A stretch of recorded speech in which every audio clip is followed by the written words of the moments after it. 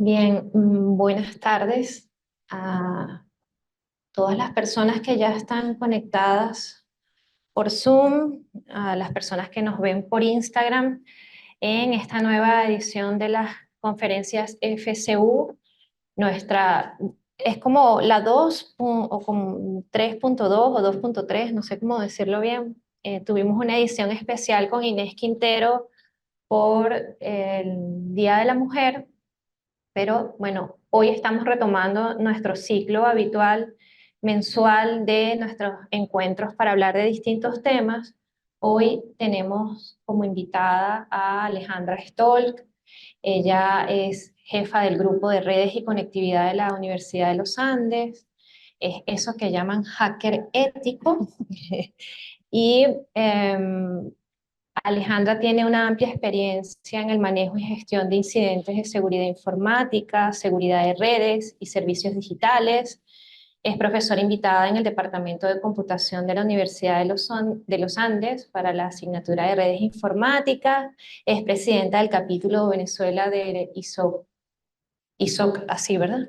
2022-2024, tutora de cursos de cortos de la plataforma de e-learning de ISOC también. Es decir, Alejandra tiene una amplia formación y experiencia en el tema que nos va a venir a hablar hoy acá. Yo le doy la bienvenida en nombre de la Fundación para la Cultura Urbana. Le agradezco que haya venido a conversar sobre ello, un tema que para nosotros nos parece importantísimo porque estamos todos los días inmersos en este ecosistema, digamos, y no tenemos conciencia de todas las cosas que están detrás y de asuntos que tienen que ver con nuestra seguridad y nuestros datos y nuestra vida privada, ¿no? Le doy la bienvenida a Alejandra y le doy la palabra. Gracias, Alejandra, por acompañarnos. Hola, buenas tardes a todos, un gusto estar aquí. Bueno, como lo decía Diaja, hoy vamos a conversar sobre la gobernanza de Internet y los aspectos que quizás ya conocen y aquellos que no tanto, dependiendo del background con el que nos están viendo, pero vamos a tratar de abordar todos esos temas que están alrededor de la gobernanza de Internet y entender qué es la gobernanza de Internet. Cuando hablamos de gobernanza de Internet, un segundito. La A ver, presentación. ya, espérate, voy a ponértelo en pantalla completa.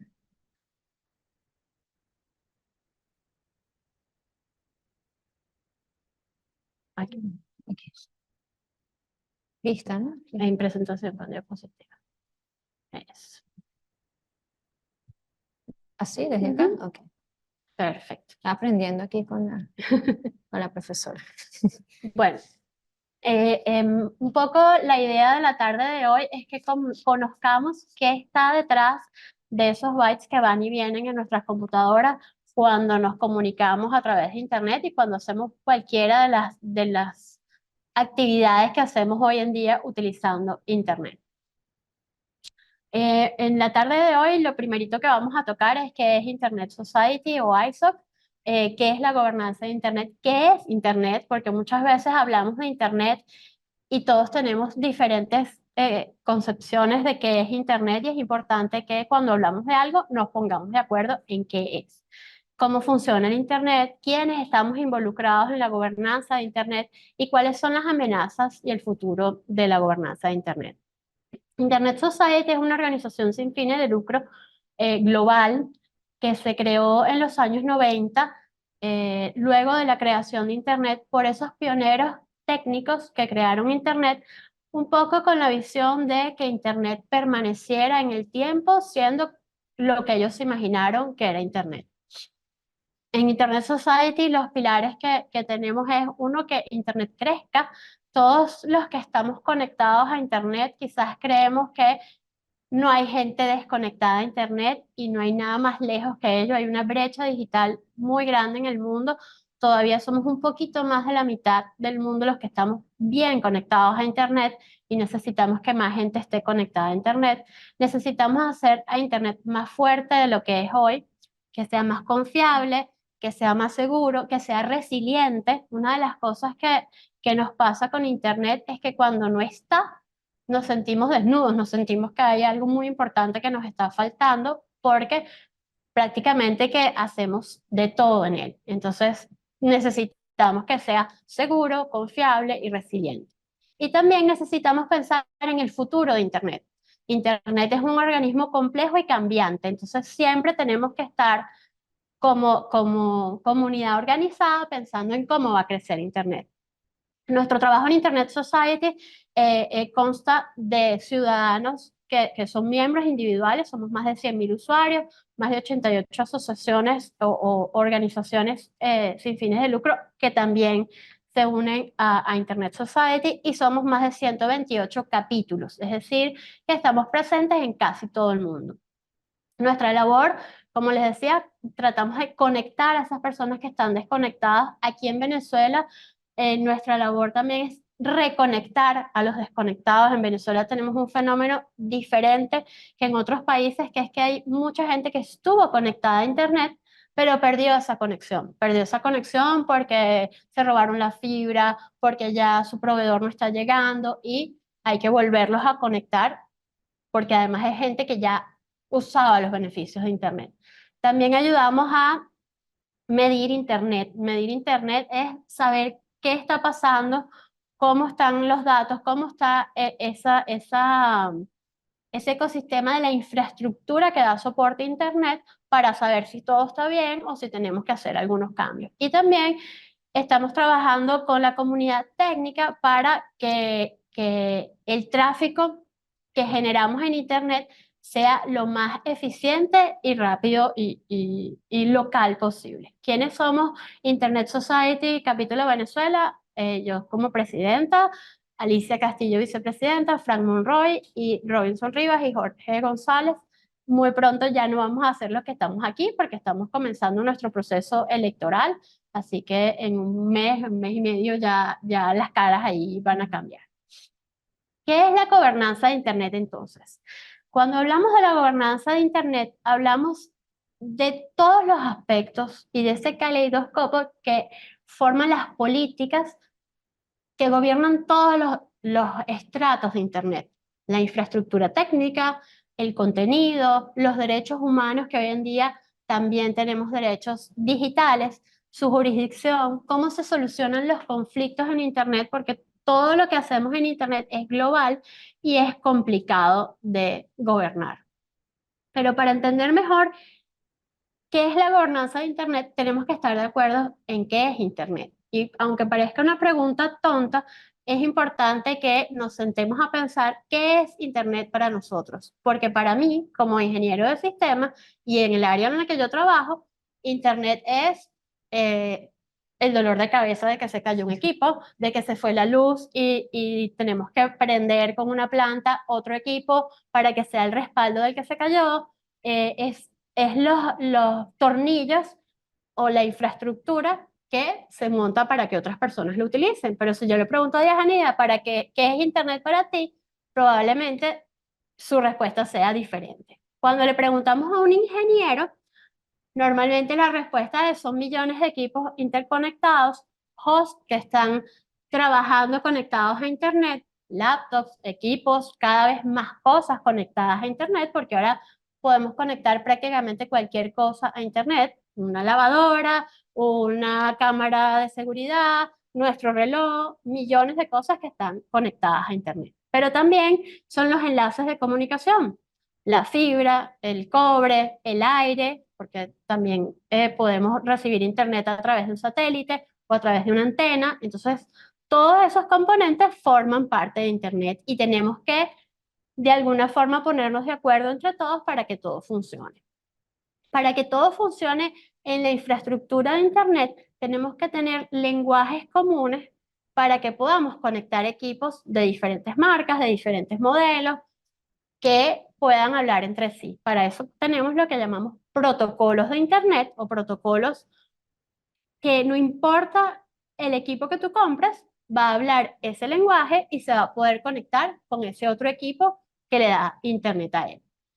Y para que esos protocolos funcionen, tenemos que hacer estándares. Nos tenemos que sentar fuerzas de trabajo de los ingenieros y de muchas áreas del conocimiento para llegar a, ok, TCP/IP es un protocolo que trabaja así y así asado. Tenemos que ponernos de acuerdo entre todos y que sirva para cualquier propósito de lo que nos estamos imaginando. Cuando hablamos de Internet, también hablamos de una infraestructura de servicios. No es nada más todos esos cables que componen el Internet y todos esos routers y switches que componen Internet, también son todas las aplicaciones que usamos a través de él. La web, la voz sobre IP, el correo electrónico, los juegos, cualquier cosa. Prácticamente hoy en día, para hacer cualquiera de nuestras actividades, de alguna forma nos conectamos a Internet. Así sea para saber a quién voy a contratar para un servicio, lo más probable es que busque en Internet o en alguna red social, en algún servicio que está basado en Internet. Y también tenemos todas esas proveedores que nos dan servicios análogos, por ejemplo, a los servicios postales para poder compartir información. También, si nos vamos a otros puntos de vista, podemos hablar también de que Internet es un derecho humano. Internet ha sido un punto álgido en esas discusiones que han habido en Naciones Unidas y en muchos organismos multilaterales sobre que Internet es un derecho humano, es el acceso a Internet un derecho humano. ¿Cómo comemos ese nuevo léxico sobre las tecnologías de información y comunicación? Que si no las tenemos, nos estamos quedando atrás como seres humanos. Entonces, hay un reconocimiento de Internet o del acceso a Internet como un derecho humano y que tenemos que asegurarnos de que cada día más personas estén conectadas y que sea fácil y que sea accesible. Otra forma de definir Internet o el que la gente se imagina cuando le preguntan qué es Internet, bueno, me imagino un sistema telefónico, el que conoció al teléfono como el que está ahí en la imagen, ¿no? Era un poco de cables y un teléfono que estaba conectado a ese cable, así nos imaginamos Internet. También nos los imaginamos como un sistema postal, porque es equipos que intercambian mensajes y esos mensajes que nos llegan van a diferentes aplicaciones y corresponden diferente información de lo que nosotros estamos haciendo en Internet. También es una televisión. Por ahí es que vemos las noticias, los programas de televisión. Hoy en día nuestros televisores inteligentes utilizan Internet para podernos brindar ese servicio. También es un servicio para grabar, una grabadora. Eh, lo que hacemos hoy aquí va a quedar grabado en Internet para que otros lo puedan ver, no en vivo, sino que esté grabado allí. Y no solamente esté grabado allí, pretendemos como usuarios que se quede allí mágicamente para siempre. Porque muchas de esas cosas que nosotros usamos en Internet las asumimos como que así van a ser y van a ser así para toda la vida. También es una biblioteca. ¿Para qué usamos Internet? Vamos a buscar información, vamos a buscar la tarea, vamos a resolver aquello que no sé. Me voy a Internet y busco allí. Y también para muchos es una autopista de datos en cosas que van y vienen. Entonces, una cosa que es tan difícil de definir es compleja de gobernar.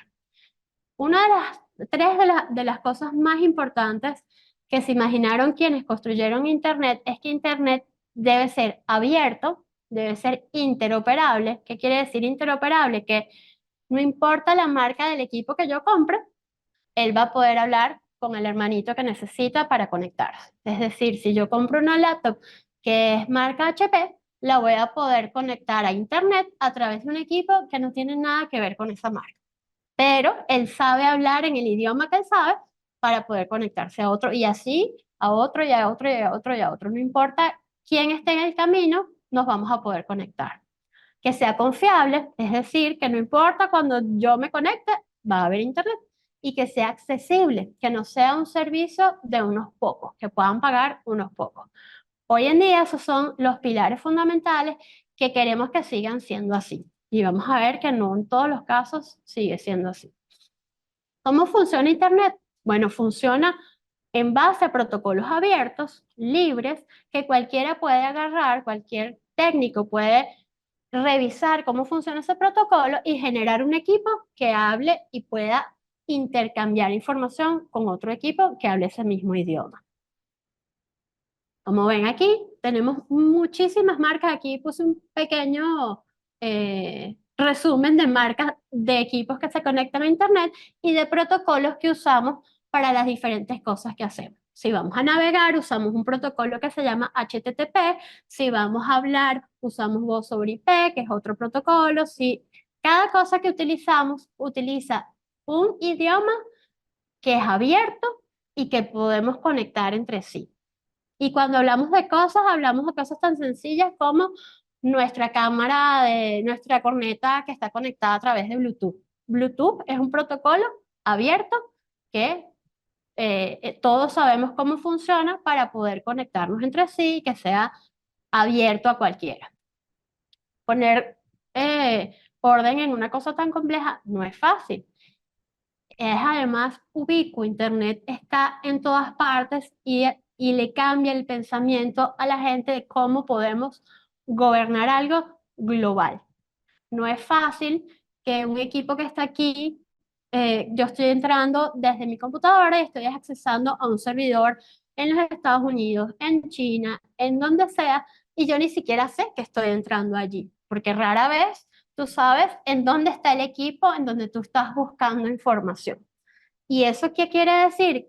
Que como gobiernos, como sociedad civil y como empresas es difícil de controlar y de ponerle normas y de ponerle reglas y procedimientos.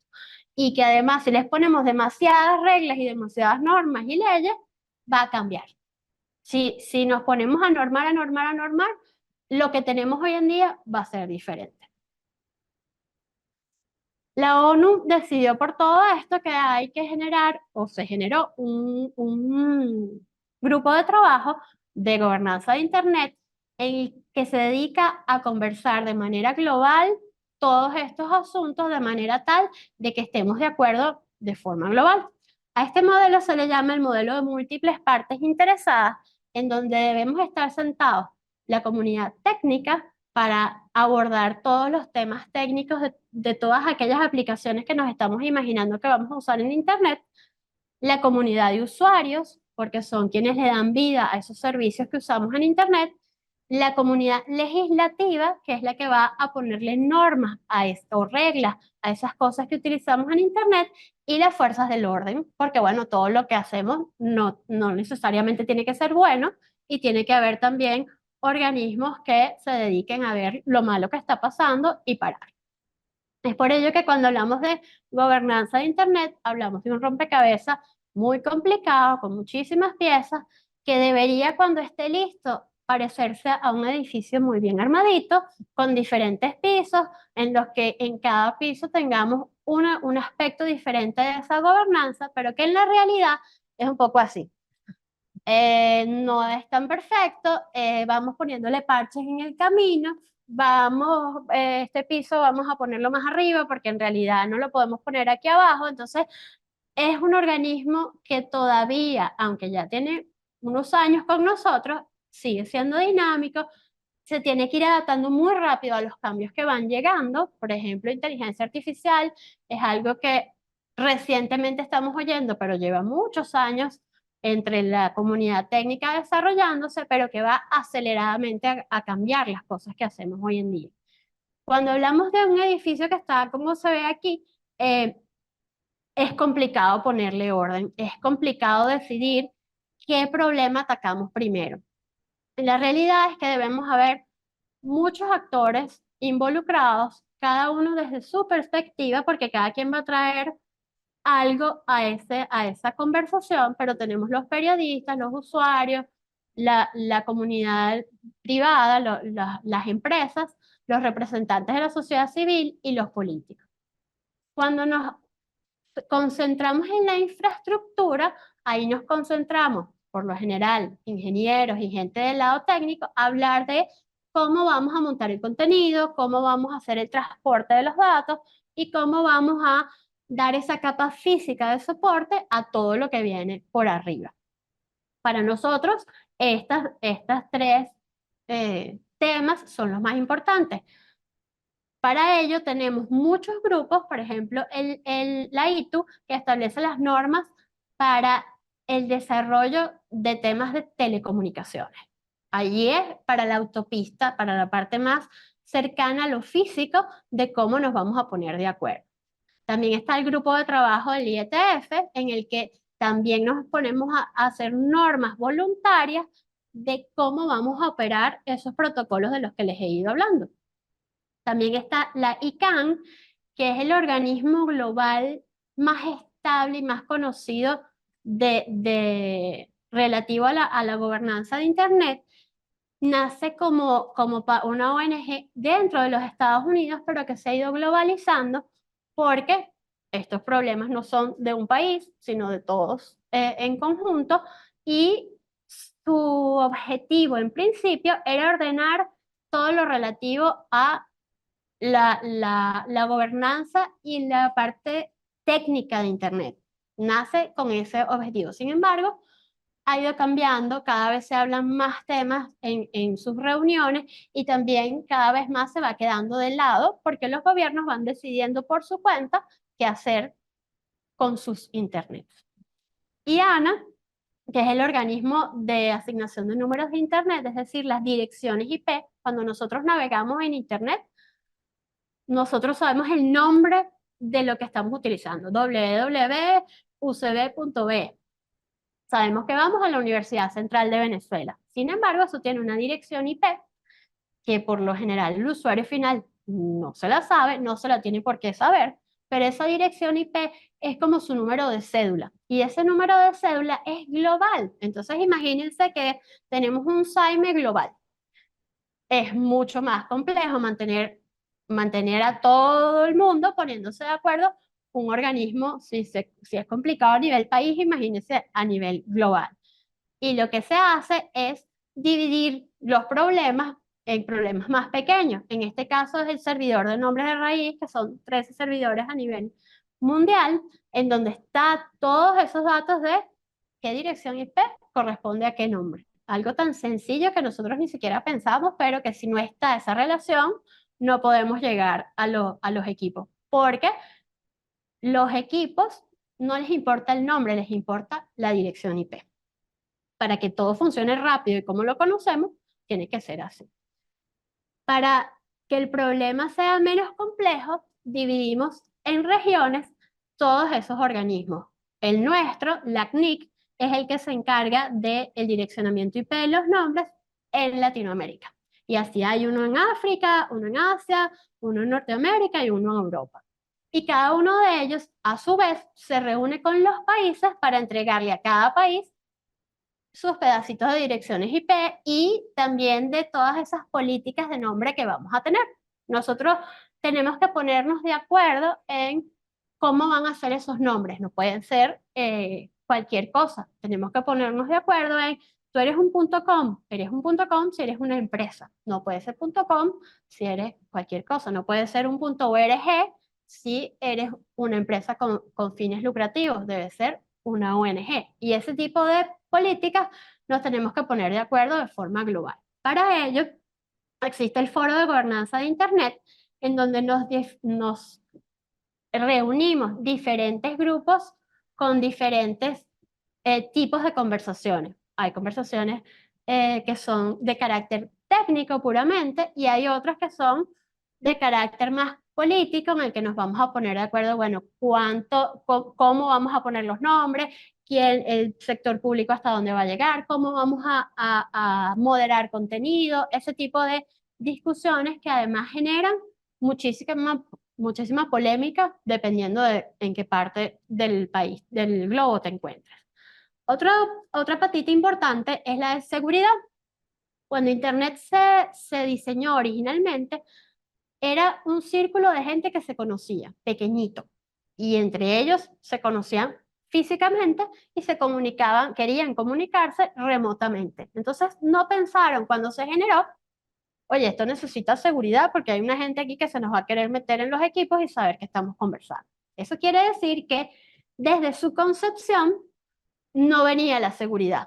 Y la seguridad se la hemos ido agregando porque nos hemos ido agregando muchísimos usuarios, muchísimas aplicaciones y hacemos hoy en día transacciones económicas que tienen que ser seguras porque si no, imagínense, nos cambiaría cuánta plata hay en nuestras cuentas. Y todas esas cosas llevan a que hay que agregarle seguridad. Y nuestra vulnerabilidad en la vida moderna es crítica porque todo lo hacemos a través de Internet. Entonces, el sector financiero se puede tambalear, el sector gubernamental también, el educativo con la pandemia prácticamente dependía de Internet, el sistema de salud. Entonces, toda nuestra vida está allí. En la patita de seguridad tenemos cosas como la Oficina de la Lucha contra el Terrorismo de las Naciones Unidas, en donde se discuten los temas de ciberseguridad y las nuevas tecnologías, y en donde deberíamos ponernos de acuerdo en esos temas. También está la Interpol, que también tiene patitas globales dedicadas a la seguridad y a la ciberseguridad y a la ciberdelincuencia, en la que se comparte información de casos que están pendientes, de personas que son sospechosas y también de colaboración de información para el público de qué cosas son, por ejemplo, vulnerabilidades y ese tipo de información. A nivel global, hay muchos organismos que están tratando de generar mayor seguridad, que hablan sobre las vulnerabilidades, sobre la importancia de temas como el cifrado, y en cada uno de nuestros nichos vamos dando más seguridad a esas transacciones que hacemos en Internet. A nivel de legislación, Internet es también un tema muy complejo porque la legislación normalmente está relacionada al sitio geográfico en donde tú te encuentras. Y una de las cosas más complicadas es que Internet no conoce fronteras geográficas. Y ponerle gobernanza a esa parte ha sido muy complejo. ¿Qué cosas puedo yo utilizar de otro país sin que mi país me lo prohíba? Hay países, por ejemplo, que prohíben que los datos personales de sus ciudadanos estén alojados en servidores externos a su país para proteger la privacidad de sus ciudadanos. Es decir, si tú vas a tener un sistema de salud, los datos de ese sistema no pueden estar alojados en un servidor fuera de las fronteras de tu país. Ese tipo de legislación es compleja, es cambiante y nos tenemos que poner de acuerdo entre muchas partes. ¿Qué se hace? Se hacen convenios internacionales en los que nos ponemos de acuerdo muchas veces, no de forma vinculante como una ley, pero sí de forma voluntaria de que vamos a adoptar ciertas políticas y ciertas formas de gobernanza de Internet para que las cosas se parezcan, no importa en dónde estemos, o se parezcan lo más posible. Una de las cosas que en la parte legislativa se habla es el derecho indicativo o el soft law, en el que no existe una ley, pero los principios y las normas nos van a regir a todos. Y eso lo podemos ver cuando hablamos, por ejemplo, de la ley contra delitos informáticos de Venezuela, se parece a la ley contra delitos informáticos de Colombia y así en casi todos los países, algunas con rezago más que otras, pero la idea es que apliquemos principios parecidos. También estos principios son más flexibles y menos formales que una ley, pero nos ayuda también a darle la agilidad que necesita Internet. Hay cosas en las que el mundo sí está de acuerdo y esas cosas las estamos persiguiendo en prácticamente todos los países del mundo. La ley del genocidio, la pornografía infantil, las normas que prohíben el comercio de esclavos y la piratería, los crímenes contra la humanidad. Hay varios temas en los que el mundo está de acuerdo y eso también se traduce en prácticamente todos los países han ido adoptando leyes que prohíben ese tipo de cosas en Internet. Como les decía, unos más rápidos que otros, pero prácticamente todos van hacia allá. Cuando hablamos de economía, también Internet está en la economía de todos. Están los pagos electrónicos, toda la parte tecnológica de cómo hacemos las cosas a través de Internet. Desde el SMS con el que podemos hacer pagos hasta los teléfonos inteligentes que cada vez podemos comprar cosas más cercanas a nosotros o más lejos de nosotros y que nos las hagan llegar. Esto también es complejo porque que tú puedas comprar en otro país quiere decir que, por ejemplo, si a mí me hacen una estafa a través de Amazon, ¿quién me va a apoyar cuando me estafen? Entonces, allí es complejo, no es tan directo, pero tenemos que hablar de estos temas cuando hablamos de gobernanza. Cuando hablamos también de la economía, hoy en día hablamos de dinero que es digital, como los bitcoins o como el petro, que ya murió, pero que estuvo allí y que se supone que es un dinero virtual que tampoco está muy legislado y que es, digamos, gris, en el que si te estafan, ¿qué vamos a hacer en el momento que te estafen?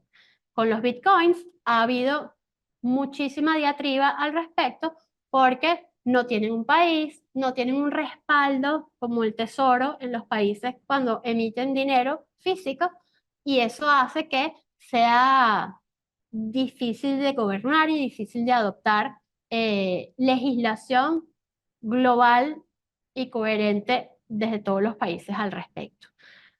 Las diferencias en cómo manejar el comercio electrónico las vemos, por ejemplo, hay países, estados miembros de la Unión Europea como Alemania que dicen que Bitcoin es un dinero privado y que es intercambiado entre personas y que ellos no van a reconocer, por ejemplo, si a ti te estafan en Bitcoin. ¿Para qué se hace eso? Bueno, para tratar de que cada vez haya más gente hablando del tema y que podamos gobernarlo de una forma más coherente globalmente. Hay otros países que tienen otras aproximaciones como, bueno, vamos a esperar a ver cómo funciona esto de los bitcoins antes de ponernos a hacer una ley.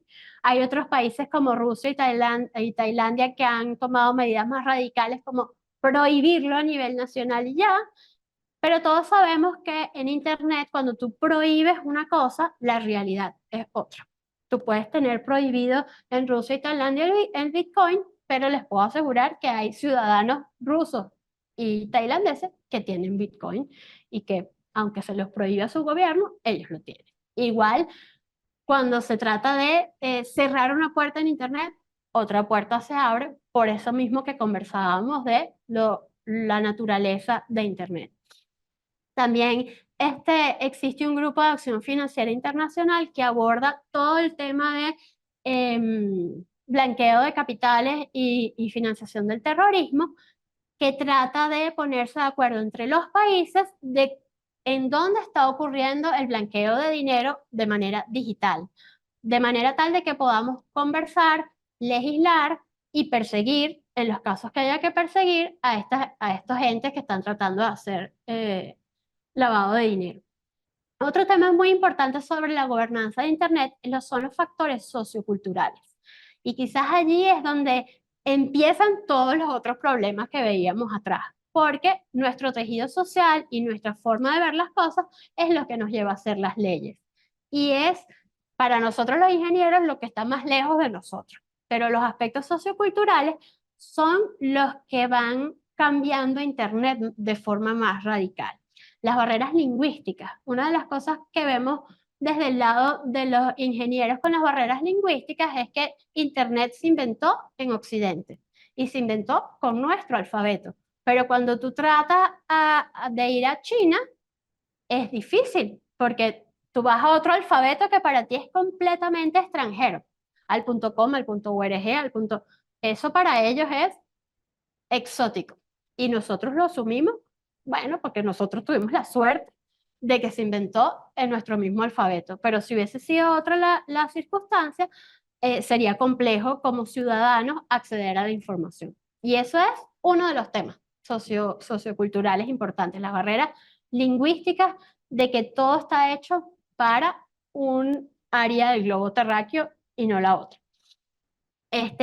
Así, muchísimos otros temas. Temas como los derechos humanos. Los derechos humanos, aunque son universales, en algunos países la moralidad, el orden público, la censura y el impacto de la libertad de expresión es diferente.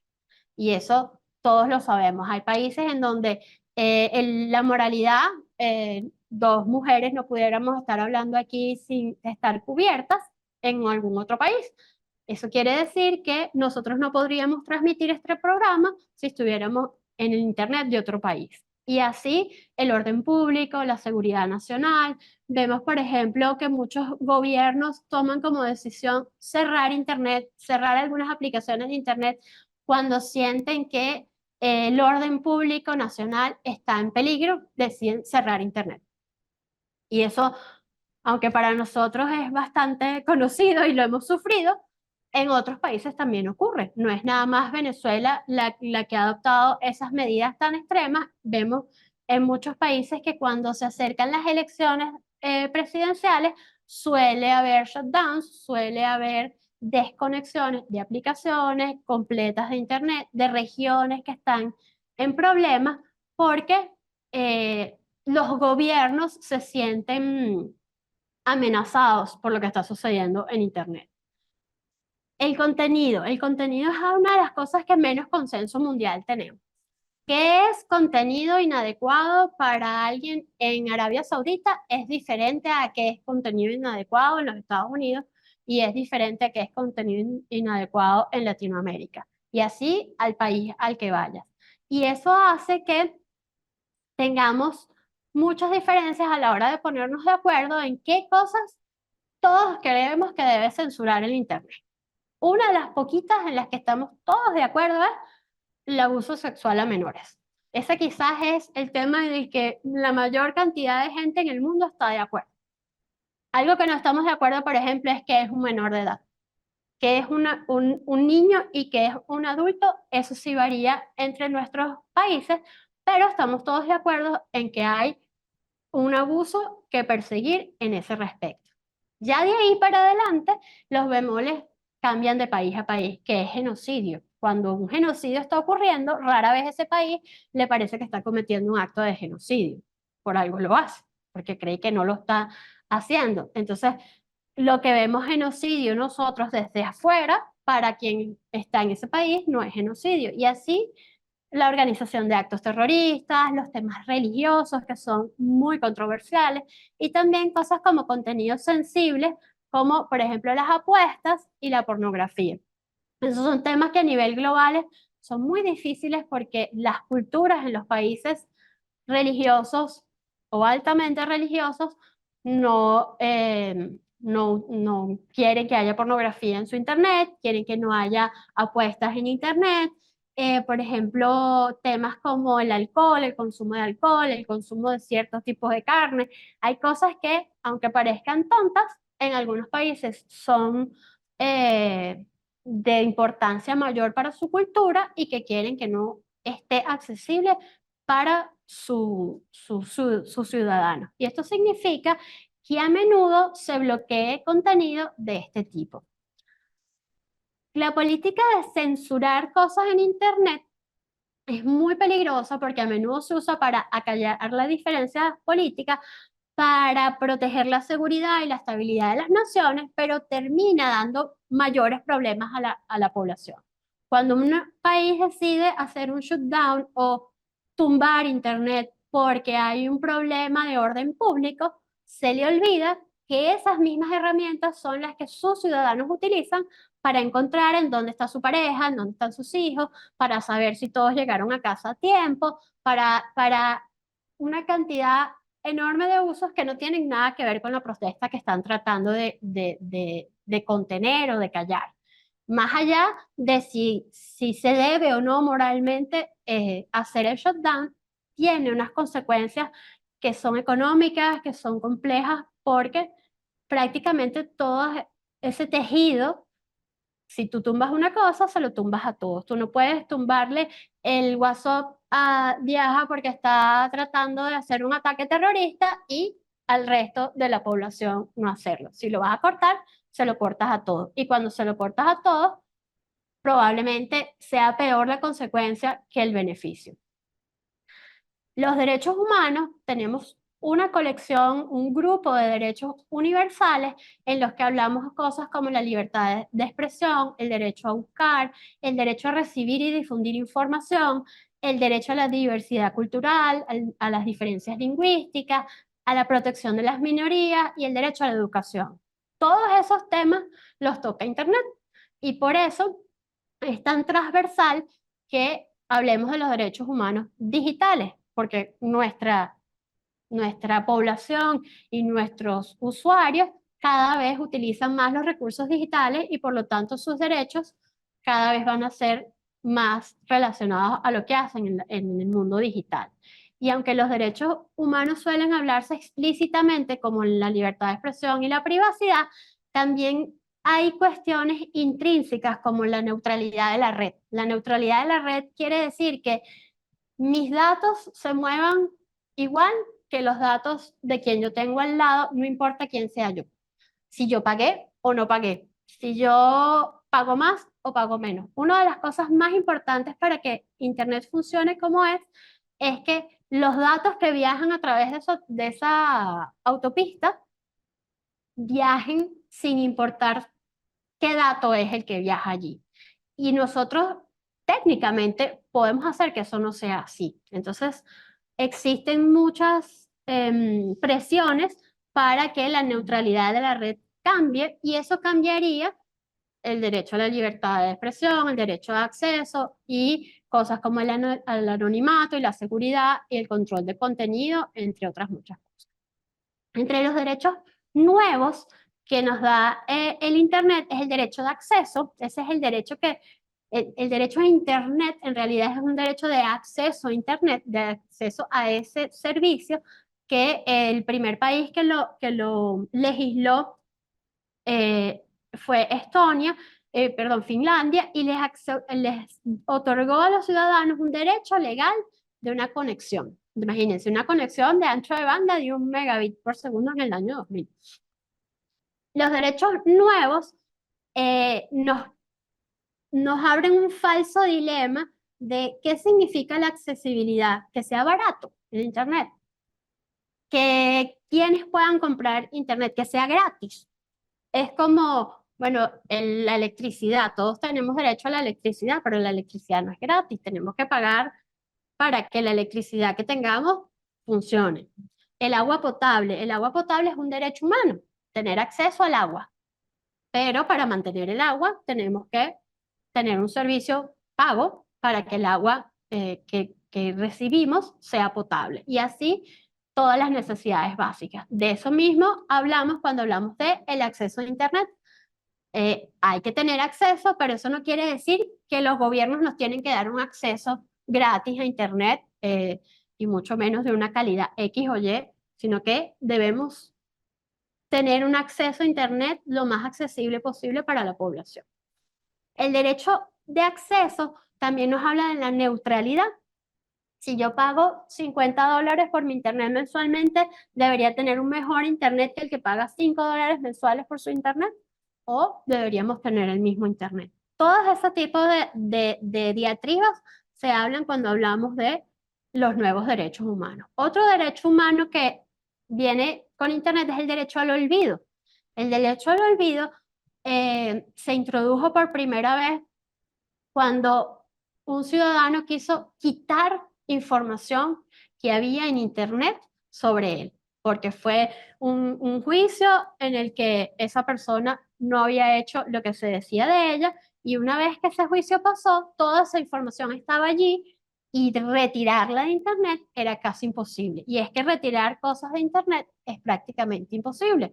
Todos sabemos eso y por eso todos cuando hablamos con nuestros hijos les decimos, cuidado con lo que montas en Internet, porque una vez que está allí, quitarlo es sumamente difícil. Si tú montas una foto que no te gustó, sin ni siquiera decir que sea una foto desnudo, esa foto que no te gustó, no la montes, porque te la van a recordar cada vez que menos lo quieras, te van a recordar esa foto. Y así pasa con cualquier cosa que montemos. Y uno de los derechos que se ha comenzado a reconocer es, bueno, si tú tienes derecho a poder quitar cosas de la red, porque es algo tuyo, privado, que tú por equivocación, por una vulnerabilidad de Internet, por lo que fuera, quedó allí y debes tener derecho a retirarlo. Otra de las cosas que pasa con Internet y que nos amenaza la gobernanza de Internet es la fragmentación de Internet. Ese es un tema que estamos hablando mucho en el ámbito técnico, pero es importante que todo el mundo conozca de él porque un Internet fragmentado no es un Internet como el que conocemos hoy. Un Internet tiene que ser unificado, abierto y global. Y si cada país decide que quiere tener un Internet diferente, lo que vamos a tener es una fragmentación de lo que conocemos. Y eso es lo que está pasando en muchos países. Cada país está tratando de gobernar su Internet y de tomar acciones con el Internet que tiene. Podemos ver países muy radicales como Rusia, que quiere tener redes sociales que no sean las redes sociales globales, que quiere desconectar su Internet del resto del Internet por problemas sociopolíticos, por problemas geográficos, por lo que quieran hacerlo, desconectarse y tener un intranet de país. China también es un país que ha tomado ese tipo de políticas y de legislación en la que algunas aplicaciones que para nosotros son impensables no tenerlas, allí no funcionan normalmente. Igualmente en Corea del Norte, que también es un país radical con su legislación, y tenemos otros países en los que la libertad de expresión y la libertad de yo poner lo que yo quiera es la que reina. Entonces, las fronteras geográficas hacen que esto sea difícil porque cada país tiene derecho a hacer su propia ley y tiene derecho a, bueno, yo creo que mis ciudadanos estarían mejor sin el acceso a las apuestas en línea y vamos a prohibir todo lo que sean apuestas en línea en nuestro internet. Tú lo puedes decir, lo puedes escribir en una ley, pero llegar de allí a implementar algo que sea lo suficientemente robusto y posible para que solamente eso sea lo que no veas de Internet es muy difícil. Pero hay muchos países legislando en esa onda, legislando en el control de contenido, legislando, por ejemplo, que los proveedores de Internet le den información a los organismos del Estado sobre lo que hacen sus clientes. Es decir, yo tengo un grupo terrorista y quiero que el proveedor de Internet de los sospechosos de ese grupo terrorista me dé toda la información de lo que hicieron, de lo que no hicieron, de cuáles direcciones IP visitaron o no visitaron. Y dependiendo del país en donde estés, esa legislación puede o no obligar al proveedor de Internet a hacerlo. Cuando hablamos de una fragmentación de Internet, hablamos de que tenemos cosas como en algún país está bloqueado Facebook. Ya ese país tiene un Internet distinto al Internet que conocemos nosotros. Ah, bueno, no está bloqueado, pero tiene algo parecido en su idioma, por ejemplo. No es Wikipedia, sino que es Wikipedia para China, por ejemplo. Es lo mismo, no es lo mismo, es fragmentado. Lo que están viendo no es lo mismo que vemos nosotros. Y esa no era la idea de Internet. La idea de Internet es que no importa dónde tú estuvieras, tuvieras acceso a lo mismo, sin importar quién fuera, el idioma que hablas. Igual los motores de búsqueda. Los motores de búsqueda toman decisiones por nosotros, toman decisiones que además tienen el modo de pensar de quien escribió ese algoritmo, también el modo de censurar lo que considera que deba censurar en ese algoritmo o darle máxima visibilidad o menos visibilidad, dependiendo de quién está programando. Entonces, la fragmentación es una idea que todos debemos manejar y que debemos ponerle el ojo para que lo que tengamos de Internet se siga pareciendo a lo que creemos, sí, no, si nos interesa, ¿no? También nos puede parecer chévere que hayan Internet sitios en cada país y no un Internet conectado, ¿no? La fragmentación de Internet también habla de que podemos decidir tener un acceso a una Internet abierta y libre y países occidentales que dicen, por supuesto que tiene que ser abierto y no debe haber ninguna censura, ninguna cortapisa de lo que quiera poner la gente. En prácticamente todos los países hay alguna forma de controlar el contenido, aunque digan que son países completamente abiertos, son países que también tienen alguna forma de control de contenido.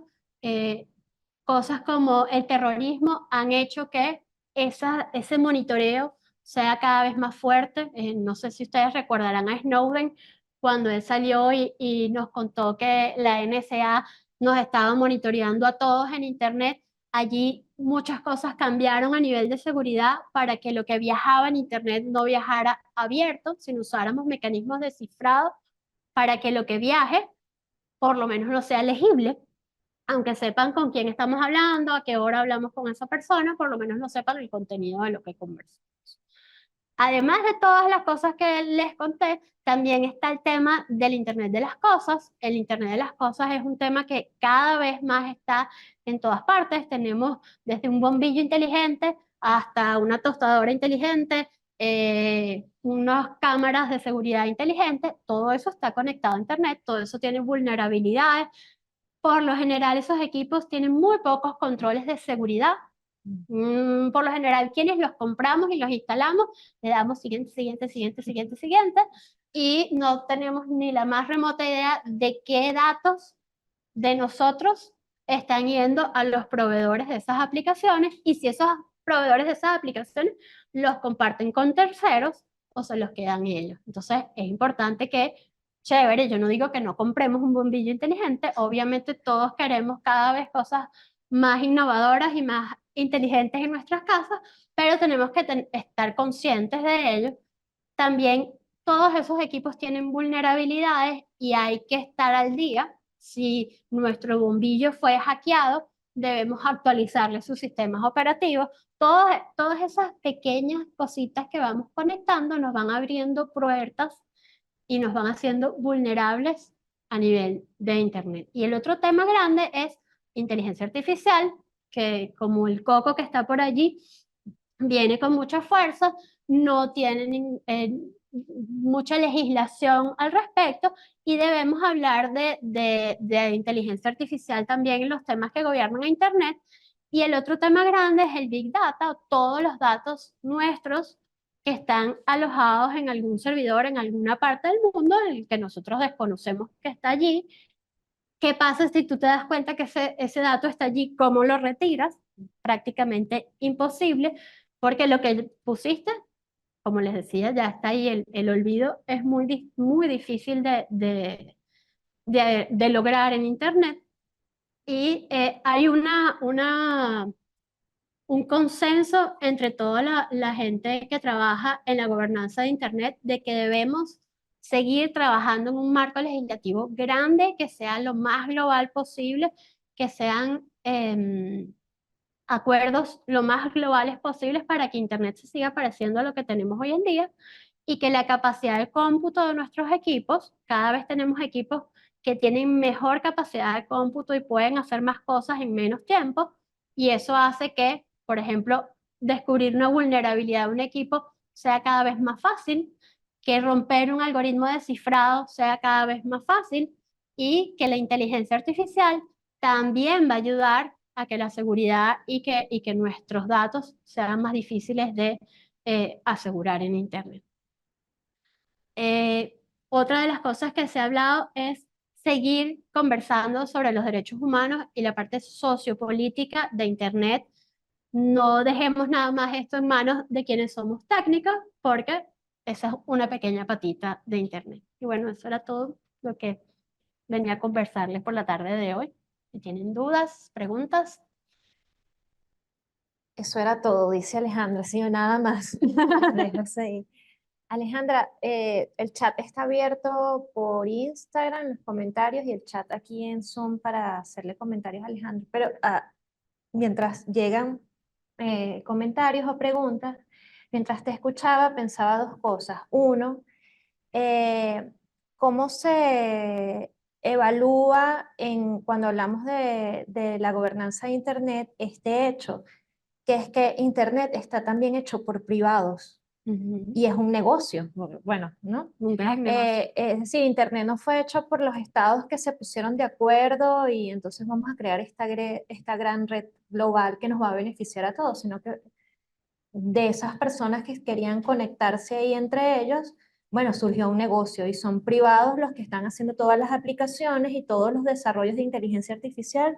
Eh, claro que los estados están involucrados, pero es mayormente un negocio privado. Entonces, allí también creo que hay como una pata que hay que tomar en cuenta al momento de hablar de esta gobernanza, ¿no? Porque es gobernar un negocio también. Bueno, ahí hay varios temas. Cuando tú tienes un negocio que es crítico para un país, por ejemplo, el negocio de la electricidad, tú tienes ciertas cosas que tienes que cumplir. Tú no puedes brindar el servicio eléctrico, aunque seas privado, como a ti te dé la gana.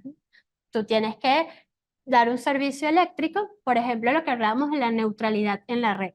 Yo no puedo decidir como privado darle un peor servicio eléctrico a un ciudadano que a otro.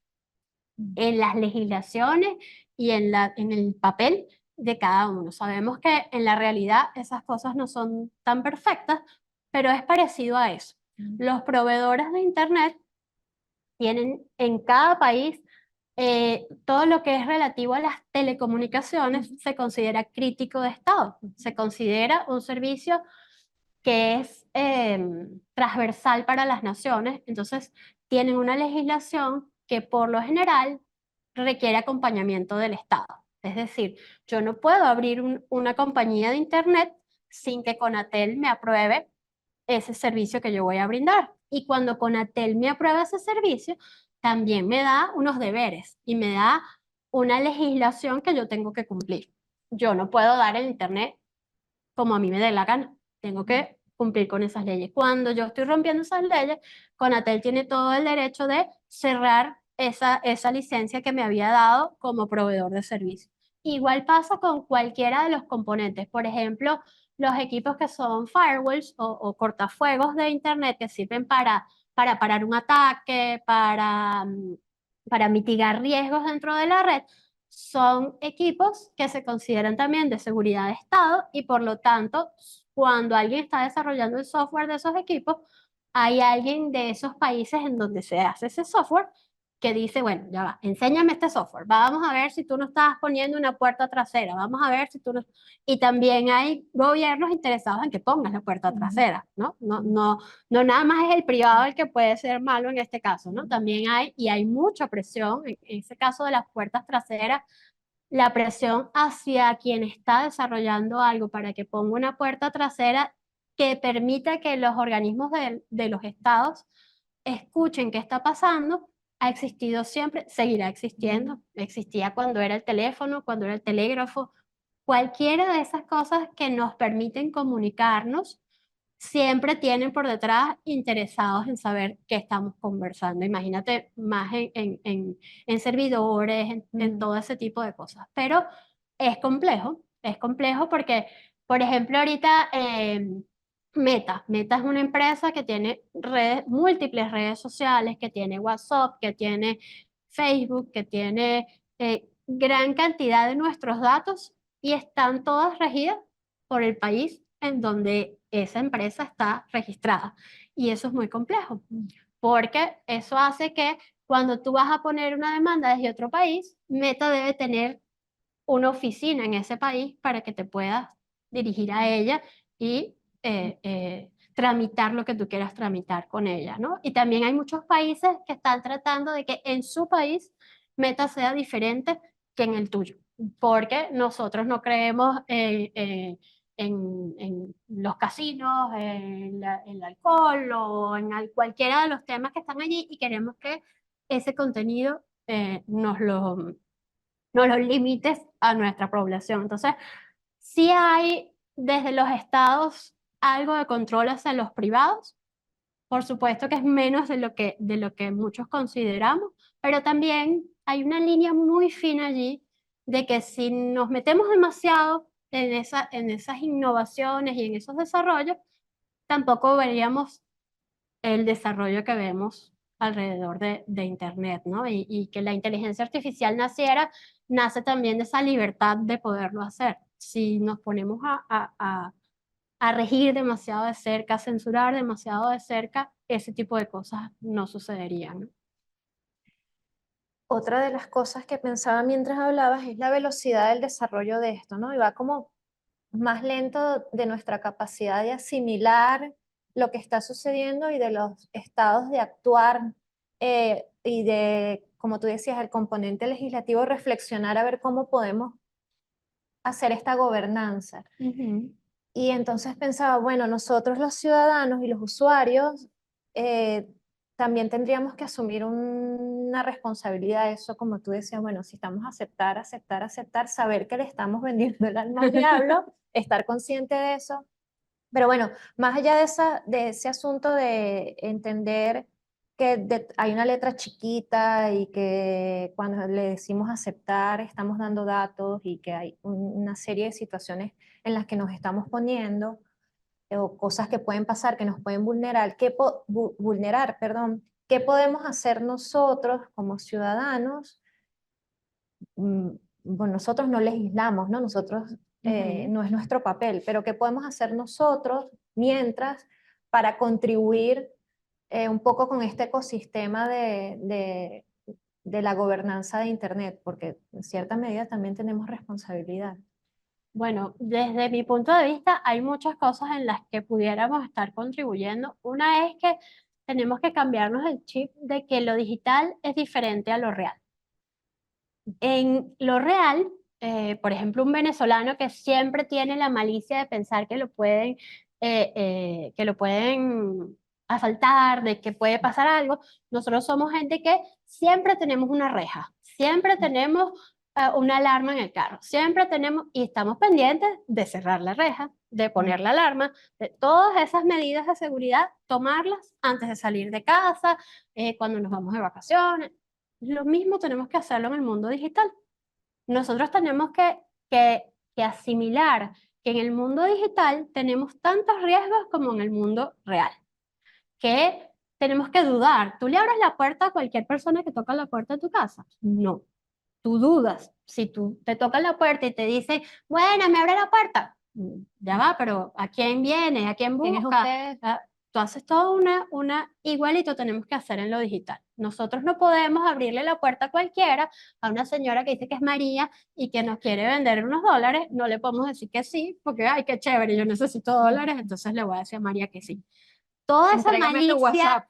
esa malicia que nosotros tenemos física, hay una cosa muy extraña en el mundo que es que en lo digital no la tenemos, o no la, quizás como no somos nativos, estas generaciones no nacieron con eso, pues no pensamos que en lo digital ocurren los mismos riesgos y que tenemos tanta información en lo digital como en lo físico. ¿A ti te da miedo que te roben una chequera física?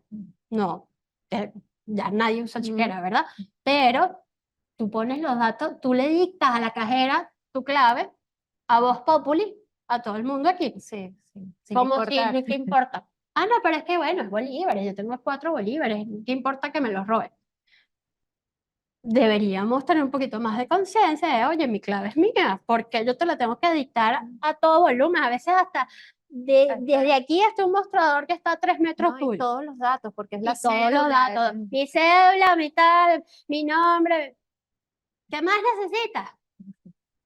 Y ese tipo de cosas tenemos que concientizarlas mucho más. Igual con la educación de nuestros hijos en Internet. Nosotros tenemos que transmitirles esa malicia de, oye, si María te escribe, primero pregunta, este, con quién quieres hablar, Esas mismas cosas que hacemos en el mundo físico, llevarlas al mundo digital.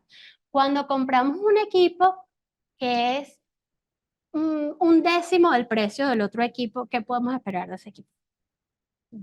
Cuando uno compra una oferta muy barata, uno sabe que no está comprando un equipo que te va a durar un par de días. Lo mismo pasa cuando tú instalas una aplicación completamente gratis en tu teléfono, por ejemplo. ¿Qué significa? Eso no es gratis. Nada en este mundo es gratis. Y cuando tú instalas algo gratis en tu teléfono, tú tienes que estar consciente de, oye, yo como que aquí estoy dejando algo más que este jueguito que instalé o que esta aplicación que va a ver cuántos pasos di o cualquier cosa que tú instales en tu teléfono, algún dato le está dejando un tercero. Y de parte nuestra hasta saber qué riesgos estamos corriendo y si los estamos corriendo, qué hacemos para mitigarlo. Por ejemplo, yo no estoy diciendo que no usemos WhatsApp. ¿Cómo nos vamos a negar a usar WhatsApp? No queremos estar conectados con nadie, no. Pero WhatsApp tiene bastantes medidas de seguridad que muy poca gente toma. Por ejemplo, el segundo factor de autenticación. ¿Cuánta gente de los que está escuchando tiene el doble autenticación en WhatsApp? Probablemente ninguno. Andrés y yo, que somos aquí los Yo lo, geeks. Ah, bueno, y yo ya. lo tengo. Pero esa medida es la que te va a proteger el día que María tome control de tu WhatsApp. Si no se sabe esa clave, por lo menos le estás haciendo la vida un poquito más difícil. Difícil. Claro, si la clave que pusiste es 1, 2, 3, 4, 5, 6, no estamos haciendo nada, ¿no? Y ojo, 1, 2, 3, 4, 5, 6 sigue siendo una de las claves más usadas a nivel mundial. Entonces, todo ese tipo de cosas son las cosas que no podemos seguir haciendo en el mundo digital, porque cada vez es más fácil y cada vez alguien con menos conocimiento nos puede vulnerar alguna aplicación, algún equipo, el bombillo, lo que tú quieras. Vale, bueno, Alex, ¿hay por allá algún comentario? Bien, Alejandra, muchas gracias. Creo que estos temas son muy importantes y necesarios en este momento. Eh, a ver, ajá, aquí está un comentario de Milena Matos. Dice, muchas gracias, muy concreto todo, en especial para los que no conocemos al respecto. Pero en lo personal estoy observando la importancia de tener mayor conciencia del uso, que no es solo entretenimiento. Es necesario desarrollar estos conocimientos. Sí, Milena, casi que estas palabras son perfectas para dar cierre a este encuentro de hoy. La idea es esa. Sabemos que es un tema importante. Como dice Alejandra, está en nuestras vidas. Nuestra vida ahora es muy difícil escapar de estar conectados, que nos lleva al mismo sistema a estar allí, pero es importante que nosotros aprendamos y nos eduquemos en estos temas. Gracias por acompañarnos. Esta grabación va a quedar, está en nuestro Instagram y va a estar también en nuestro canal de YouTube disponible para que la podamos compartir y podamos seguir propagando el tema, reflexionando acerca de la gobernanza de Internet, y los esperamos este mismo mes, el día 25, en el que vamos a tener nuestra conferencia eh, dedicada al Día del Libro y el idioma, en el que estaremos además celebrando el centenario de Ifigenia. Gracias a todos los que se conectaron y nuevamente gracias, Alejandra. Un Buenas placer. tardes.